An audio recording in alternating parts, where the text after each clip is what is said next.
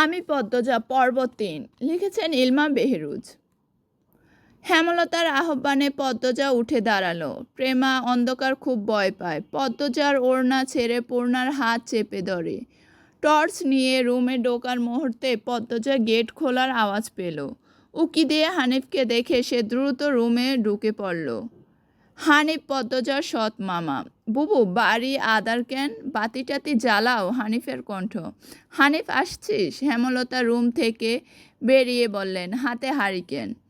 হানিফ সব কটি দাঁত বের করে হাসলো, বলল, আমি। আয় ভেতরে আয়। হানিফ বারান্দা পেরিয়ে বড় ঘরে ঢুকে বলল, তোমার চেরিগুলান কইতে? আছে রুমেই পড়ছে। এই আদারেও পড়ে? হেমলতা কিছু বললেন না। হানিফ এই বাড়িতে আসলে কেন জানি খুব অস্বস্তি হয় অকারণেই। ওদের খাওয়ার সময় হয়েছে, তুইও খেয়ে নে। এইখানেই খামো না তোমার সরাইখানাতে যাইতে হইব? কথাটার রসিকতা ছিল। গ্রামে থেকেও হেমলতা খাওয়ার জন্য আলাদা রুম নির্বাচন করেছেন।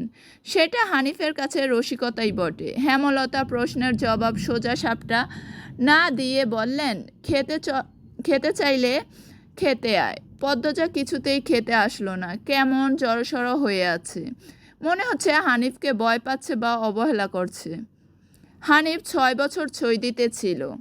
3 মাস হলো দেশে ফিরেছে। 3 মাসে যতবার হানিফ এই বাড়িতে পা রেখেছে ততবারই পদ্মজা অজুহাত দিয়ে দূরে দূরে থেকেছে। হেমলতার বিচক্ষণ মস্তিষ্ক মুহূর্তে ভেবে নিল অনেক কিছু।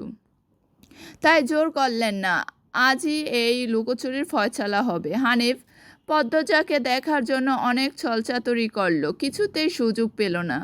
বিদ্যুৎ আসার ঘণ্টাখানেক পর হানিফ চলে যায়। পূর্ণা প্রেমা রুমে ঢুকতেই পদ্মজা ঝাঁপিয়ে পড়ে। রুদ্ধশ্বাস কণ্ঠে বলল, কতবার না করেছি লোকটার পাশে বেশিক্ষণ না থাকতে।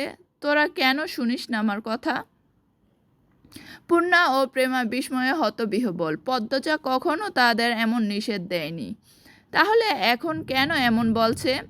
হেমলতা রুমে ঢুকতে পদ্মজা চুপসে গেল। পদ্ম, আমার রুমে আয়।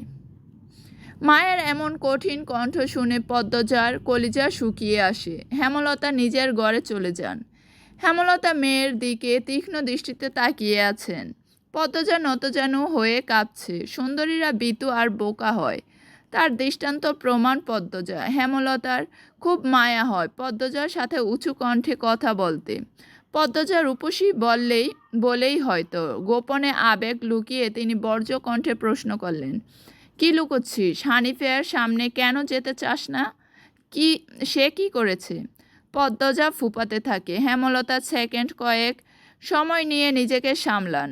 কণ্ঠ নরম করে বলেন, হানিফ দড়িবাজ লোক, সৎ ভাই বলে বলছি না। আমি জানি তার ব্যাপারে যে কোনো কথা আমার বিশ্বাস হবে। তুই বল, কি লুকোচ্ছিস? মায়ের আদরে কণ্ঠে পদ্মজা আচমকা বাঁধ ভাঙা নদীর মতো হু হু করে কেঁদে উঠল। বাড়িটা মোড়ল বাড়ি নামে পরিচিত। পদ্মজার দাদার নাম ছিল মিয়াফর মোড়ল। তিনি গ্রামের একজন সম্মানিত লোক ছিলেন। 6 কাঠা জমির ওপর টিনের বিশাল বড় বাড়ি বানিয়েছিলেন 4 ছেলের জন্য। 2 ছেলে 16 বছর আগে 1971 সালের যুদ্ধে নিহত হয়েছে। দুজনই টগবগে যুবক ছিল, আর একজন 8 বছর বয়সে কলেরা রোগে গত হলো। বাকি রইল মোর্শেদ মোড়ল। বর্তমানে এই বাড়ি মোর্শেদের অধীনে, যদিও তিনি থাকেন না সব সময়। পুরো বাড়ির চারপাশ জুড়ে গাছগাছালি, বাড়ির পেছনে নদী। রাত 9টা বাজলেই পরিবেশ নিশুতি রাতের রূপ ধারণ করে। রাতের এই নির্জন প্রান্তর ঝিঁঝি